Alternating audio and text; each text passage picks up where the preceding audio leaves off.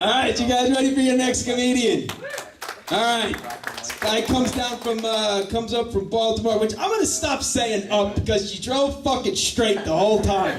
He comes from straight in Baltimore, but then you're gonna meet him and you're gonna be like, what the fucking guy's cracking straight jokes? Fucking dick. Anyway, I'm losing track. Get your hands together for Michael Furr.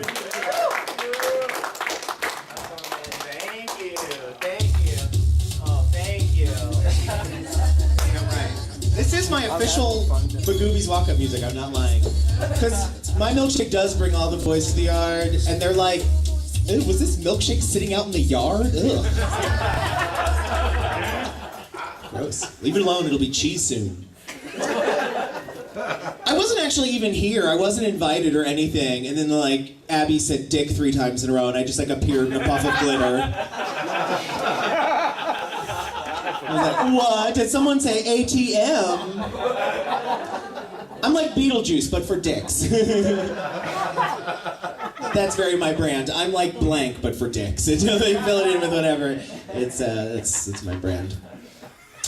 I'll give you guys a minute if you need it. I know, it's a little odd. It's like the body of a 6'3" Irish street tough, the voice and personality of a 9-year-old white girl. Like, it's a little strange. I know it's strange. I live inside it. I know. But that's like super on board with what I'm all about, because on the one hand, I love beer, but also stickers and boys. JK, I do not like beer. It's like a really great time to be a gay man right now, because we got one thing going for us is we're not straight men. What happened, straight guys? You had such a good run. You guys did. What happened? Oh, man. And I guess technically all gay guys are scum too, but like you can't use that insult on us because we'll just turn it into a compliment. Like, oh, you are scum. Be like, hell yeah, I am. S to the C to the U to the M. Where'd you get that little whistle from? Is it a circuit party now? It's cool, like lately a lot of cool stuff has been happening. My favorite moment in gay history, honestly, trumps everything else, just happened. We rejected Kevin Spacey's application to join the gay community. We were like, denied, I don't think so. It was crazy, the whole High Council of Gays got together. It was like an emergency 2 a.m. meeting. Ellen, no. Neil Patrick Harris voted no. Kristen Chenoweth, she's not gay, but she's like always hanging out. She's voted no.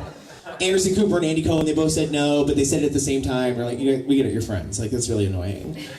Ian McKellen was like, no, you shall not pass, Kevin Spacey! We all laughed, yeah. That's his catchphrase. Even Jeffrey Dahmer was there. He came all the way from hell, and he was like, this guy's a freak. No, we can't let this guy in. He's a monster. He was munching on a human head. I think it was a Latino head. It looked delicious. The only people who voted for him to enter the gay community were Caligula and Alexander the Great. And they're like, what's the big deal? We love fucking 14-year-old boys. And we're like, no, we don't do that anymore. It's a couple thousand years ago. And the thing that bothers me the most about not just what he did, like Kevin Spacey, but hitting on a fucking 14-year-old boy, but then his statement that he made when he got busted, he's like, what's the big deal? Get a little drunk, hit on a 14-year-old boy, loosen up straight people. That's so fucked up. I mean, okay, total honesty, I've gotten drunk and hit on a 14-year-old boy before, but I was 9, so it wasn't illegal. It's a big difference. I don't drink that much anymore. And then at the end of his statement, he was like, you know what, and I choose to be gay. Bitch, that is not how it works. You don't choose to be gay. Someone has to turn you gay. That's how it happens. Were you not paying attention in health class? Someone has to turn you gay. And guys, just a little piece of advice. Whatever turns you gay, write it down. When you go to register yourself as a homosexual with the government, they're gonna ask. They need to know. You're like, what was it? Well, let's go down the list. Did you get a birthday present wrapped in pink paper instead of blue paper?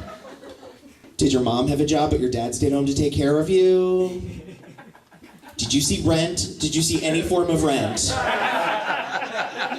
Off-Broadway, the movie, high school production, you're gay now, I'm sorry. And then you gotta pick if you're an LGB or T, you pick L if you're a lady gay, G if you're a gay guy, B if you're a black gay, T if you're a really tall gay, and then And they'll give you your license. It doesn't have your picture. You still got to go to like a gay Walgreens or a transgender post office and get your picture taken. And then you get your like welcome basket. It's got like your first jock strap if you're a dude, your first flannel if you're a lady. It's got a year's membership to a secret gay gym called Abs Abs Abs. And most importantly, it's got your glossary of popular terms, which is very important when you're starting out, because you don't want to accidentally say, "Oh yes, hunty," when you met, "Oh crap." Everyone will know you're new. They'll take advantage of your naivete. But some guys like that.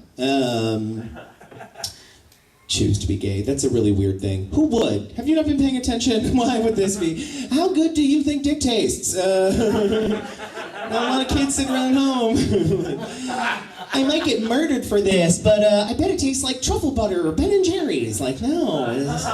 How mad am I at my parents that this is my choice? Choose to be gay. That's really weird.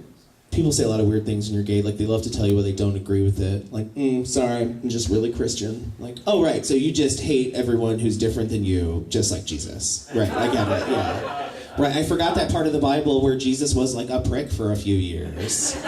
Like, and lo, Jesus did slappeth the scroll from the Jesuit's hands. What be the matter, nerd? Doesn't thou read much?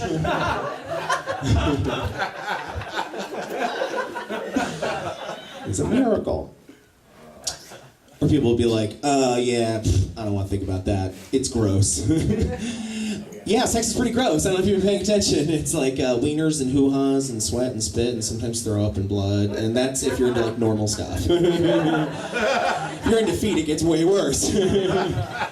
It's pretty gross. Here's the thing. Just don't think about it because it's none of your fucking business. How about that? Because you know what else is gross? Your grandmother taking out her false teeth so she can mow down in your grandpa's semi-hard gray dick. While she fondles his cobweb-encrusted raisins that he used to call balls.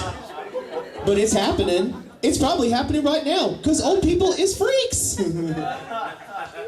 It's happened. Probably today he reached his hand up her skirt so he can fondle her titty. It's quicker if you go up from underneath. They're way down here. Just go up from the bottom. But just because it's gross, it doesn't mean it's wrong. Your grandfather's not going to hell for it. I mean, he's going to hell, but he's going to hell for the stuff he did in the war. I mean, let's be honest. He's going to hell for being a racist. That's why your grandfather's going to hell. I hate to break it to you. Let's see here. There was something else I wanted to talk to you guys about that I wrote. Oh, right. So I went to a comedy show the other night, and there was it was like an open mic kind of situation, like kind of loosey-goosey. Anybody can kind of do it. And this guy gets up, and he's being real weird and being real offensive. It wasn't me. It was someone else. Being real weird and real offensive, and it was kind of bumming people out. And he was running the light. Like, people were telling, like, time for you to get off the stage, weirdo. And then, literally, the guy started playing music, which, like, really doesn't happen at a comedy show, like, play people. It's not the Apollo, you know. And we're like in an open mic, and this guy starts playing the song because he starts doing these like abortion jokes, and it's really sensitive. Like people are obviously do not want to hear this guy's opinion about abortion. And then they start playing a song to play him off, and it's "Never Gonna Give You Up." It's like, ooh, did you plan that? Does the pro-choice people do they have a song? Because that should be their song, right? That makes sense. Real quick, I learned a piece of information. I was on Facebook the other day, because I was at work. And I read an article on Facebook, so it has to be true. A study was done. Men who keep their socks on while they're having sex, men, do it because they're self-conscious about the way they look naked. And I had to think about that, because I'm like, well, I'm not self-conscious about the way I look naked, but what do they expect me to do? Walk around barefoot in the bathroom of a Target? Right, so, my name is Michael Furr. Thank you so much. Good night. All right, good job, man.